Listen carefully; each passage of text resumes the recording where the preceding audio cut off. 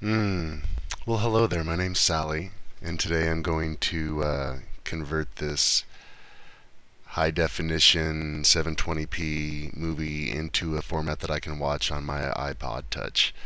Program I'm going to use called MediaCoder. This is the special iPod slash iPhone edition. It's a free open source program.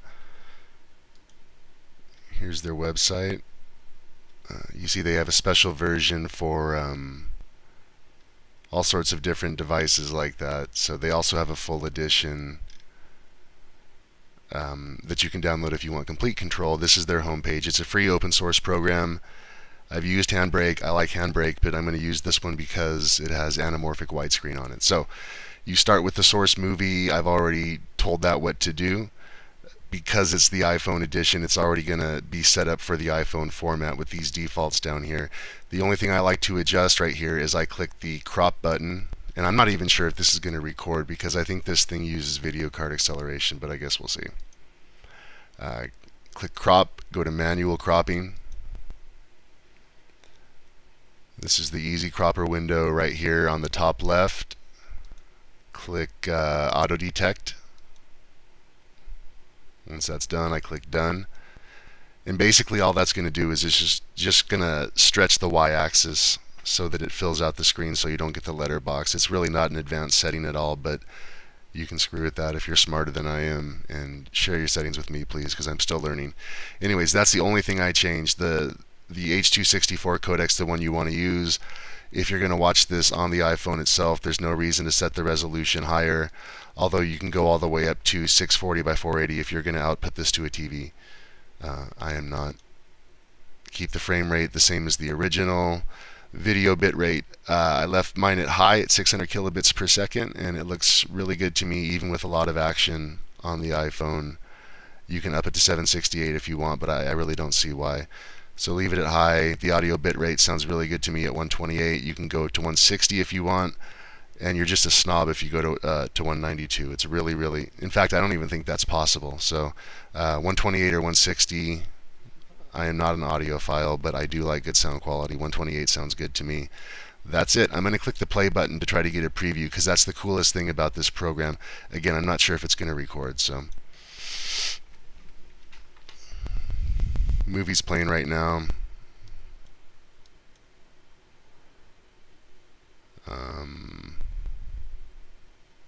See, there's no letterbox on the top, on the bottom, and you can also see that this logo right here, which hopefully doesn't get me sued, is also a little bit stretched out. So it's not the greatest anamorphic in the world. HandBrake 0.9.4 said they're gonna have some really good anamorphic options. So I'm really just waiting for that to come out. Till that comes out, this appears to be the easiest way to go for me. So if you can actually see this movie at all right here, then you'll see that the screen stretched out. Looks pretty good, looks natural, there's no letterboxes. Looks good enough for an iPod to me. So these are the settings I'm going to do. When you're done, all you have to do is click start. And on my computer, this movie is 2 hours and 40 minutes, so it's a really long movie. Took about 1 hour exactly to transcode on my dual core. The video file, when it's all said and done, is 800 megabytes. So if you do a little math, you figure the average movie is going to be closer to 600 megabytes. Quality's pretty good, so hopefully this all turns out and I'll be able to show what it looks like when it's done.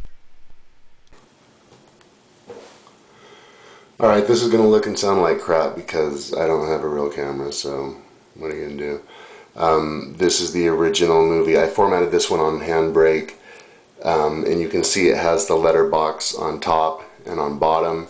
You can zoom in by double tapping, but you see you lose almost everything right there. There's only two guys in a shadow on the screen, whereas in reality you can see a nose from the guy on the right, this guy right here, him, and then half of this guy standing right here. So this is what it looks like when you don't have anamorphic widescreen, and that's why you see even the thumbnail is different. The one on the right is the anamorphic version. This is the one I just did using MediaCoder. Oops, shoot.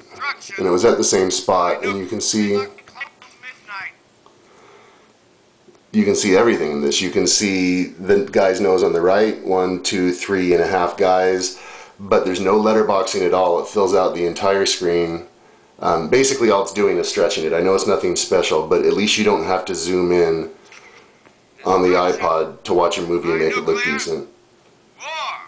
And it looks natural to me, it looks good to me.